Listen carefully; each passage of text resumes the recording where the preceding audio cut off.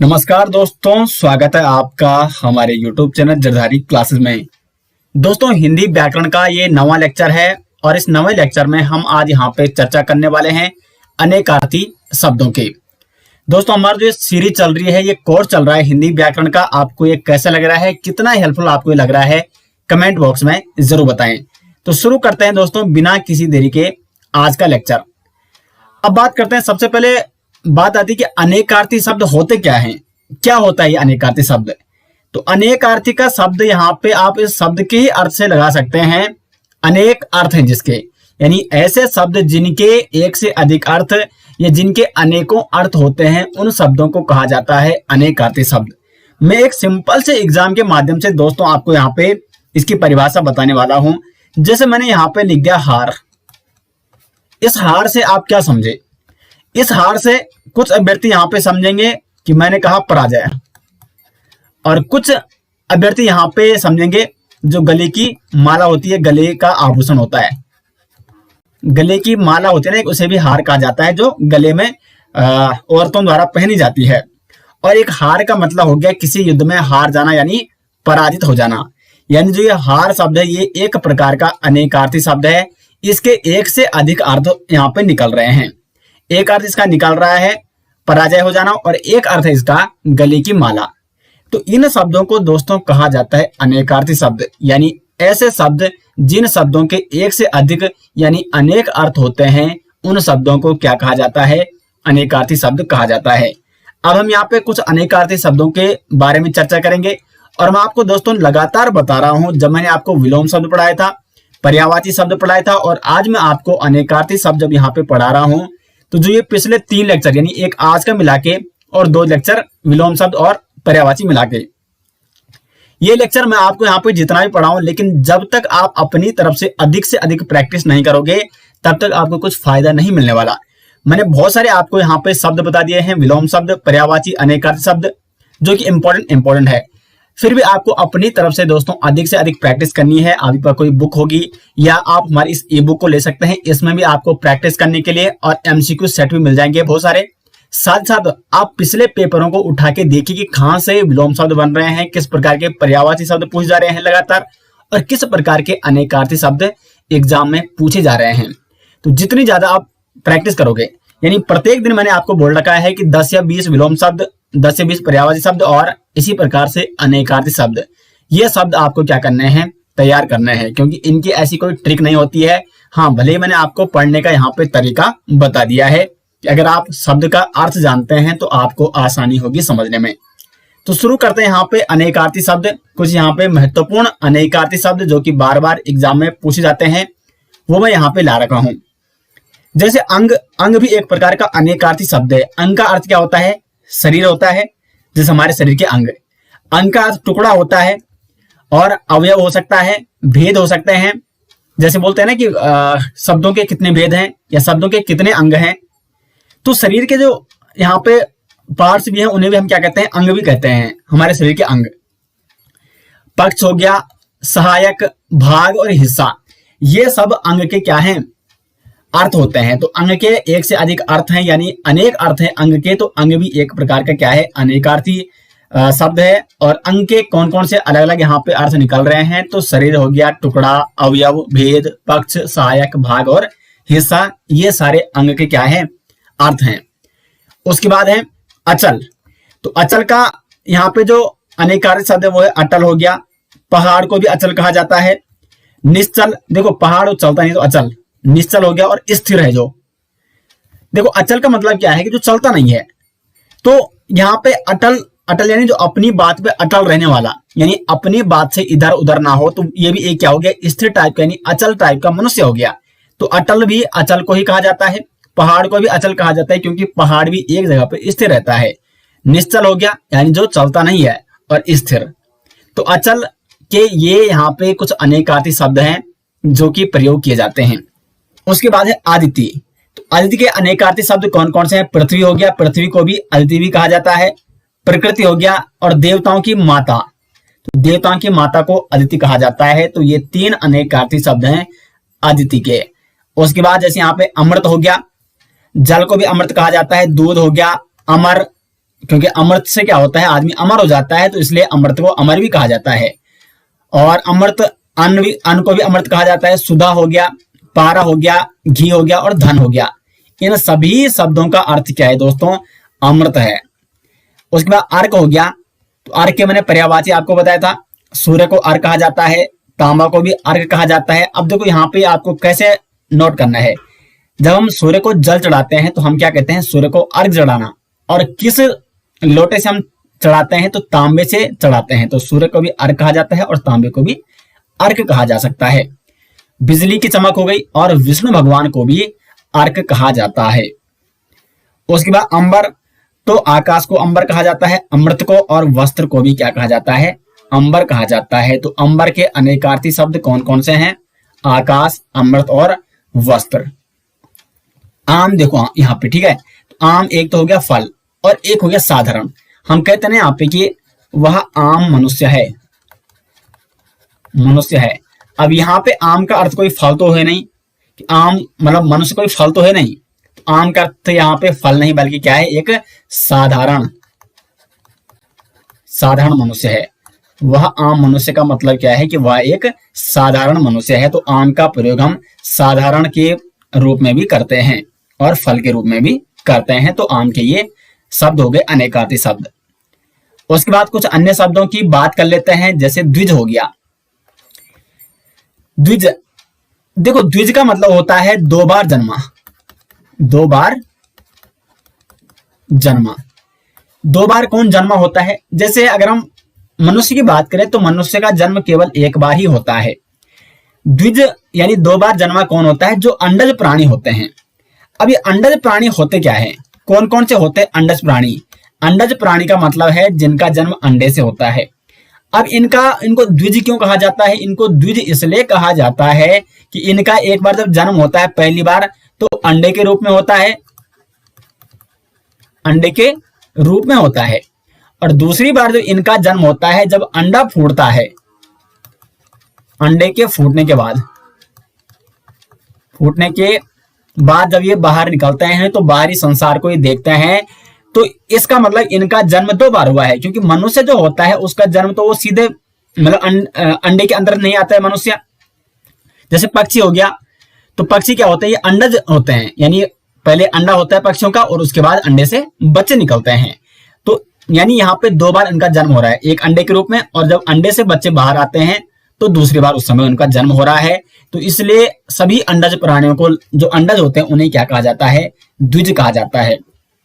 उसके बाद पक्षी, क्योंकि पक्षी क्या होते हैं, अंडज प्राणी है, तो इसलिए पक्षी को भी द्विज कहा जाता है। ब्राह्मण को द्विज कहा जाता है, चंद्रमा को द्विज कहा जाता है। तो ये द्विज, ये मोस्ट इंपोर्टेंट, आप इसको कर दीजिए, ये कई बार एग्जाम में पूछा जाता है कि द्विज किसे किसे कहा जाता है। तो अंडज हो गया, पक्षी हो गया, ब्राह्मण हो गया और चंद्रमा भी यहाँ पे हो गया। उसके बाद अगर हम कंज की बात करें तो कंज किसे कहा जाता है, ब्रह्मा को कंज कहा जाता है, कमल को भी कंज, अमृत और केस को क्या कहा जाता है, कंज कहा जाता है। खर, तो राक्षस को खर कहा जाता है, गधा को भी खर कहा जाता है, ये भी इंपॉर्टेंट है। और सबसे महत्वपूर्ण यहाँ पे ये है, गधा को भी क्या कहा जाता है, खर कहा जाता है। दुष्ट, इसको भी खर कहा जाता है, और तिनका को भी क्या कहा जाता है, खर कहा जाता है। तो ये खर के कुछ महत्वपूर्ण अनेकार्थी शब्द हैं। उसके बाद नाग देखो, तो हाथी को भी नाग कहा जाता है, सांप को तो खैर कहा ही जाता है नाग, पर्वत को भी नाग कहा जाता है और बादल को। तो नाग किसे किसे कहा जाता है, हाथी, सांप, पर्वत, बादल। उसके बाद अक्षर देखो, तो वर्ण को अक्षर कहा जाता है, ब्रह्मा को अक्षर कहा जाता है, आत्मा हो गया, नित्य हो गया, सत्य, आकाश। देखो अक्षर यानी जो कभी भी मतलब समाप्त नहीं हो सकता है। तो वर्ण हो गया, आत्मा हो गई, सत्य, सत्य बिल्कुल क्या है, कभी भी समाप्त नहीं हो सकता है, आकाश कभी भी समाप्त नहीं हो सकता है, ब्रह्मा, ठीक है, सृष्टि के रचयिता। तो इस प्रकार से अक्षर के अनेकार्थी शब्द कौन कौन से हैं, वर्ण, ब्रह्मा, आत्मा, नित्य, सत्य और आकाश। उसके बाद सारंग का देखो, ये महत्वपूर्ण है। मोर को सारंग कहा जाता है, बादल हो गया, हंस, चातक, कोयल, धनुष, भौरा, चंद्रमा, बाज, सिंह और घोड़ा और मृग। ये सभी क्या हो गए, ये हो गए सारंग। तो सारंग के इतने सारे दोस्तों ये क्या हो जाते हैं, अनेकार्थी शब्द हो जाते हैं। तो इस प्रकार से ये कुछ महत्वपूर्ण शब्द मैं आपके लिए लाया हूं जिनके आपको प्रैक्टिस करनी है और इनको तो आपको जरूर याद करना है। बाकी अधिक से अधिक दोस्तों आपको, अब देखो ये टॉपिक कुछ ऐसे है ना कि इनमें मैं आपको सिर्फ समझा सकता हूं और कुछ एग्जाम्पल आपको दे सकता हूं। अब इतने सारे शब्दों को अगर मैं सभी शब्दों को आपको बताने लग जाऊं तो उसमें काफी समय लग जाएगा। तो इसलिए जो महत्वपूर्ण शब्द हैं जो अधिकांशतः एग्जाम में पूछे जाते हैं वो मैं आपके लिए यहाँ पे लाया हूं और इसका पीडीएफ आपको वीडियो के डिस्क्रिप्शन में देखने को मिल जाएगा, वहां से आप इसका पीडीएफ डाउनलोड कर सकते हैं। बाकी अपनी तरफ से आपको अधिक से अधिक प्रैक्टिस जरूर करनी है। उसके बाद कुछ अन्य शब्दों की बात करते हैं, अन्य अनेकार्थी शब्दों की बात।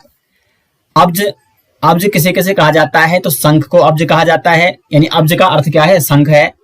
अब्ज का अर्थ कमल भी है और चंद्रमा है यहाँ पे है, और कपूर। तो अब्ज के यहाँ पे 4 अर्थ हैं, शंख, कमल, चंद्रमा और कपूर। घन, घन किसे किसे कहा जाता है, तो बादल और हथौड़ा, ये क्या है, घन के अर्थ हैं। बादल को भी घन कहा जाता है और हथौड़ा को भी घन कहा जाता है। ये तो आपने, अगर आप अपने घर में रहे होंगे, आपने हथौड़ा देखा होगा, तो हथौड़े का जो बड़ा रूप होता है, हथौड़ा तो हमारे जात तो हथौड़ा तो जो छोटा होता है ना उसे हथौड़ा कहा जाता है, जिसको एक हाथ से भी आदमी उठा सकता है। लेकिन एक आता है 2 किलो का, उसमें लंबा सा ऐसे लकड़ी लगी रहती है और इस प्रकार से वो रहता है, ठीक है, और इसका वेट काफी ज्यादा रहता है, एक हाथ से इसको उठाना पॉसिबल नहीं होता है और बड़े बड़े पत्थरों को इसी से तोड़ा जाता है, तो इसे कहा जाता है घन।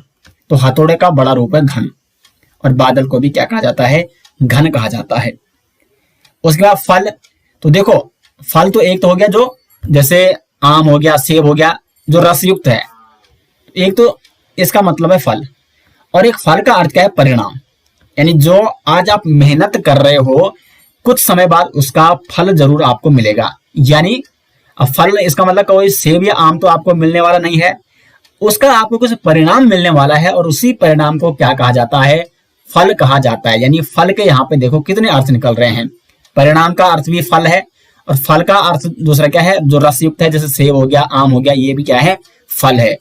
लाभ हो गया, जैसे बोलते हैं ना कि कितना फल प्राप्त हुआ, यानी कितना लाभ आपको प्राप्त हुआ है। और शस्त्र का जो अग्रभाग होता है उसे भी क्या कहा जाता है, फल कहा जाता है, ये भी आपको नोट करना है। तो फल के इतने ये क्या हो गए, अनेक अर्थ हो गए, अनेकार्थी शब्द हो गए। उसके बाद है विधि, तो विधाता, कानून।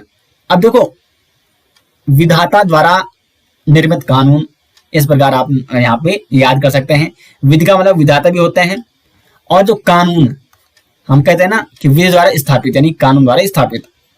ब्रह्मा को भी विधि कहा जाता है क्योंकि सृष्टि के जो नियम कानून बना रखे हैं वो ब्रह्मा ने बना रखे हैं। तो इस प्रकार से आप ये लगा सकते हैं कि ब्रह्मा को, यानी विधि का एक अन्य अर्थ क्या है, ब्रह्मा भी है यहाँ पे, व्यवस्था भी है। हम कहते हैं ना यहाँ पे कि विधि पूर्वक बैठिए। देखो जितने शब्दों का प्रयोग आप अपनी निजी जिंदगी में करोगे ना उतना आपके लिए फायदेमंद है, विधि पूर्वक। लेकिन उसके लिए आपको ये जानना जरूरी है कि आपको हिंदी के शब्दों का नॉलेज हो, क्योंकि आजकल हिंदी कहीं ना कहीं दोस्तों क्या है, धीरे धीरे अधिकतर आप देखते होंगे कि सिर्फ सामान्य बोलचाल ही भाषा में प्रयोग किया जाता है। और हिंदी के ऐसे शब्द, कुछ अभ्यर्थी तो ऐसे होते हैं जिनको हिंदी के इस प्रकार के शब्द मालूम ही नहीं रहते हैं। विधि पूर्वक बैठना, बैठना, तो विधि पूर्वक बैठने का मतलब क्या है कि व्यवस्थित तरीके से बैठना, व्यवस्थित, तो अर्थात व्यवस्था भी एक अर्थ है विधि का। उसके बाद तरीका, हम कहते हैं कि विधि पूर्वक कार्य कीजिए, यानी एक तरीके पूर्वक आप किसी कार्य को करिए। तो विधि का एक अर्थ क्या है, तरीका भी है, और विधि का एक अर्थ क्या है, अवधि भी है। उस विधि तक आपको वो काम करना होगा, उस अवधि तक। तो विधि के कितने अनेकार्थी शब्द यहाँ पे, विधाता, कानून, ब्रह्मा, व्यवस्था, तरीका और अवधि। उसके बाद है पत्र, तो पत्र आपका हो गया, पता हो गया, ठीक है, कागज हो गया, चिट्ठी और पंख, ये पत्र के क्या है, अनेकार्थी शब्द हैं। उसके बाद वर हो गया, तो वर को दूल्हा कहा जाता है। वर, अब देखो भगवान शिव ने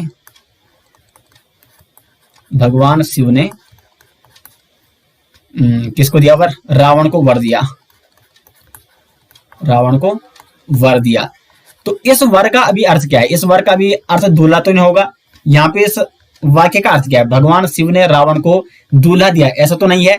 वर का अर्थ यहाँ पे क्या है? वरदान है। तो वर का एक अन्य अर्थ क्या होता है? वरदान भी होता है और एक अर्थ दूल्हा भी होता है। वर का एक अर्थ पति भी होता है, क्योंकि देखो जो दूल्हा होता है वो दूल्हा किसका होता है? दुल्हन का दूल्हा होता है, यानी दुल्हन का क्या बनेगा? पति बनेगा। तो वर का एक अर्थ पति भी होता है, उस दुल्हन का वर यानी उसका पति यानी उसका दूल्हा। उसके बाद वर का अर्थ आशीर्वाद हो गया या वरदान। भगवान शिव ने रावण को आशीर्वाद दिया या वर दिया या वरदान दिया। तो वर का एक अन्य अर्थ आशीर्वाद भी हो गया और श्रेष्ठ भी हो गया। ठीक है, तो वर के कौन कौन से अनेकार्थी शब्द यहाँ पे? दूल्हा, वरदान, पति, आशीर्वाद और श्रेष्ठ। उसके बाद पानी, तो पानी के क्या क्या अर्थ हैं? जल हो गया, चमक, पानी में किस प्रकार की चमक रहती है, तो चमक भी एक अर्थ है पानी का। इज्जत, लज्जा हो गया, स्वाभिमान और वन, ये पानी के कुछ अनेकार्थी शब्द हैं। कुछ अन्य शब्दों की बात कर लेते हैं। यहाँ पे मैंने प्रयास किया है दोस्तों कि अधिक से अधिक महत्वपूर्ण शब्दों को मैं यहाँ पे लाने का कोशिश करूंगा और आपको प्रैक्टिस जरूर करवाऊंगा। इसको हम प्रैक्टिस ही बोल सकते हैं, क्योंकि यहाँ पे आपको ये प्रैक्टिस ही कराई जा रही है, क्योंकि इसमें आपको कुछ एक्सप्लेन या कुछ समझाने की आवश्यकता तो पड़ नहीं रही। कुछ शब्द हैं जिनको देख के लग रहा है कि शायद आपकी अगर समझ के बाहर हैं, तो उनको आपको मैं जरूर यहाँ पे समझाने का प्रयास कर रहा हूँ। आत्मा देखो, ठीक है, आत्मा के क्या क्या अनेकार्थी शब्द है यहाँ पे? सूर्य, अग्नि, परमात्मा और ब्रह्मा। ठीक है, तो ये क्या है यहाँ पे? आत्मा के अनेकार्थी शब्द हैं। गो के देखो यहाँ पे, तो इंद्रिया को भी गो कहा जाता है। गाय हो गया, स्वर्ग, आंख, माता, गाय माता। ठीक है, चंद्रमा हो गया, आकाश, पृथ्वी, जल और नदी। तो गो के यहाँ पे बहुत सारे यहाँ पे शब्द हैं, अनेक अर्थ है यहाँ पे गो के, इतने सारे, ये आपको जरूर नोट करने हैं। उसके बाद अंग, अंग मैंने आपको वैसे पहले ही बता दिया है। ठीक है, शरीर का हिस्सा, शरीर या शाखा, पेड़ की शाखा, वो भी पेड़ के शरीर का ही क्या होता है? हिस्सा होता है, तो उसे भी अंग कहा जाता है। पेड़ के अंग, पेड़ के ऑर्गन्स। ठीक है, उसके बाद कनक के देखो, कनक कनकते सोगुनी मादकता अधिकाय वा पाए बो राय जग वा खाए बो राय। तो देखो चलो मैं यहाँ पे लिख भी देता हूँ। ठीक है, ये बहुत अच्छा वो है दोस्तों, यहाँ पे अलंकार। कनक कनकते जब आ ही गया अगर दिमाग में, सोगुना, कई बार क्या होता है कि याद करने की अगर कोशिश की जाए तो वो याद ही नहीं आता, लेकिन अभी वो एकदम से याद आ गया। कनक कनकते सोगुना मादकता अधिकाय। कहीं पर मिस्टेक होगी तो कमेंट बॉक्स में जरूर लिखना आप, ठीक है, और सही करके लिख देना। वा पाए बो राय जग, बो राय जग वा खाए बो राय। अब देखो यहाँ पे कनक, ये सब तो एक ही है, लेकिन इन दोनों के अलग अलग यहाँ पे अर्थ निकल रहे हैं। इस कनक का अर्थ यहाँ पे सोना और इसका अर्थ है धतूरा। धतूरा एक विषैला पदार्थ, आप इसको कह सकते हैं, एक नशा है। तो अगर आप इस कनक यानी सोने, देखो कनक कनकते सोगुना मादकता अधिकार, यानी अगर आपके पास ये वाला कनक यानी सोना की आपके पास क्या है? मादकता अधिकार, यानी सोने की आपके पास अधिकता हो गई है। और अगर आपने बहुत सारा सोना पा लिया है तो वो पाए बुराई, इसको अधिक पाने पर यानी इसकी अधिकता, सोने की अधिकता होने पर आप बोरा सकते हैं जग में। बोरा का मतलब पागल हो जाना। और उसी प्रकार से अगर आप इस कनक यानी इस धतूरे को खाते हो तो वा खाए बोरा, इसको खा के भी आप बोरा जाओगे यानी पागल हो जाओगे। यानी दोनों कनक यानी सोना और धतूरा का सेवन करने पर यदि आपके पास सोना अधिक है, हद से अधिक, तो कहीं ना कहीं आप पागल हो सकते हैं। और उसी प्रकार से यदि आपके पास धतूरा आपने खा लिया है तो उसको खाने पर भी आप क्या हो सकते हैं? पागल हो सकते हैं। तो यहाँ पे मेरा मतलब कोई अलंकार आपको बताना नहीं था, यहाँ पे मतलब था कि कनक के यहाँ पे क्या है? सोना एक अनेकार्थी शब्द है, मतलब सोना एक अर्थ है और धतूरा एक अर्थ है यहाँ पे। और गेहूं भी कनक को कहा जाता है, तो अर्थात कनक के यहाँ पे अनेक अर्थ हो गए। सोना हो गया, धतूरा और गेहूं, तीन अर्थ हो गए कनक के। उसके बाद अज देखो यहाँ पे, तो ब्रह्मा को अज कहा जाता है यानी अजन्मा। ब्रह्मा जब मैंने पर्यायवाची आपको बताया था, तो अज का मतलब अजन्मा, जो जिसका जन्म नहीं हो रहा है, हो रखा है। ठीक है, तो ब्रह्मा हो गया। बकरा को भी अज कहा जाता है, दशरथ का पिता और शिव, ये क्या है? इन्हें क्या कहा जाता है? अज कहा जाता है। यानी अज के यहाँ पे कितने अर्थ हो गए, ब्रह्मा, बकरा, दशरथ का पिता और शिव। उसके बाद अब्ज, तो चंद्रमा को अब्ज कहा जाता है, कमल, शंख और कपूर। तो ये हो गए अब्ज के अनेकार्थी शब्द, यानी अब्ज के अर्थ, अब्ज के अलग अलग अर्थ। तो ये कुछ महत्वपूर्ण अनेकार्थी शब्दों के बारे में दोस्तों मैंने आज इस लेक्चर में आपको बताया, और उम्मीद करता हूं कि आपको यहाँ पे लेक्चर पसंद आया। इस लेक्चर का पीडीएफ और साथ ही साथ हिंदी के कंप्लीट नोट्स के पीडीएफ आपको वीडियो के डिस्क्रिप्शन में लिंक दिया जाएगा, वहां से आप उसको डाउनलोड कर सकते हैं, या jardhariclasses.in पे आप जाके वहां से उसको डाउनलोड कर सकते हैं, नोट्स, हिंदी के संपूर्ण नोट्स। उम्मीद करते हैं कि आपको ये नोट्स पसंद आ रहे होंगे और ये लेक्चर आपको पसंद आ रहे होंगे, जो कि आपकी आगामी एग्जाम के लिए काफी हेल्पफुल होंगे। तो मिलते हैं दोस्तों नेक्स्ट लेक्चर के साथ, तब तक के लिए धन्यवाद।